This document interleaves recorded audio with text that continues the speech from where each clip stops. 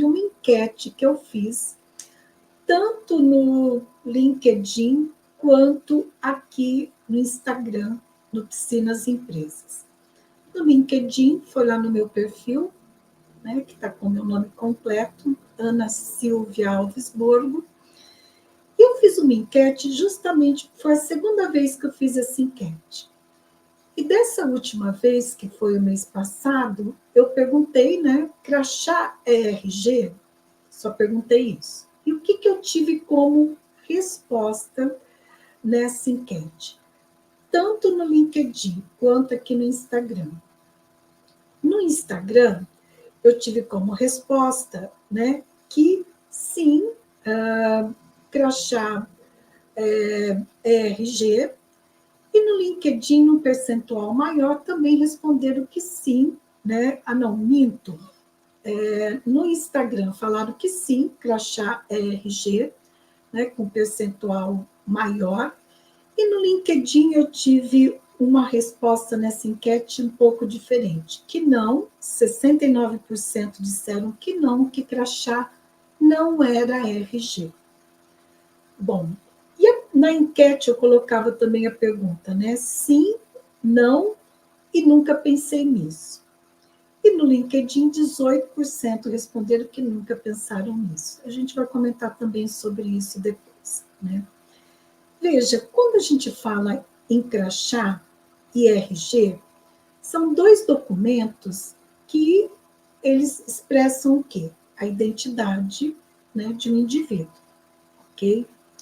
E falar de identidade é um termo complexo, né? Porque a nossa identidade, nós temos uma identidade pessoal, uma identidade social e também uma identidade organizacional. Quando nós trabalhamos numa empresa, quando nós temos uma empresa e prestamos serviços, isso também constitui a nossa identidade, vai influenciar na nossa formação da nossa identidade. No primeiro momento, eu vou dizer para você que a resposta a essa pergunta é complexa, que é sim e também é não. E a gente vai falar um pouquinho sobre isso. Por que é importante, né, nós consultoras discutir esse tema? Né? Por que crachá RG, o que isso tem a ver, né, com o nosso exercício da nossa profissão? Veja, está muito em alta saúde mental no trabalho. Quando eu retornei os estudos da psicodinâmica do trabalho e comecei a atuar com saúde mental no trabalho, foi antes da pandemia, em 2018. Você que me acompanha já sabe disso, né? Terminei o meu mestrado, a minha dissertação foi desse tema, e aí eu começo a trabalhar em 2018 com saúde mental no trabalho. Antes eu trabalhava com muita ênfase em desenvolvimento humano e organizacional.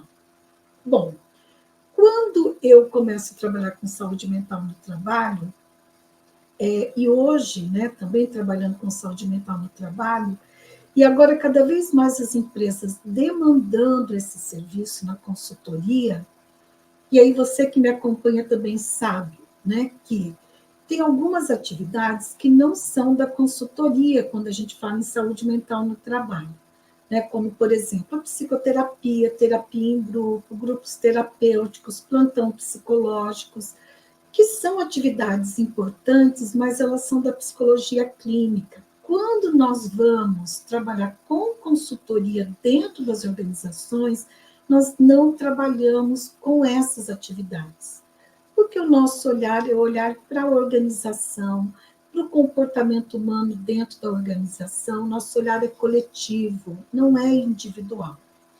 Isso quem me acompanha já sabe que é algo que eu sempre estou lembrando vocês, porque é extremamente importante.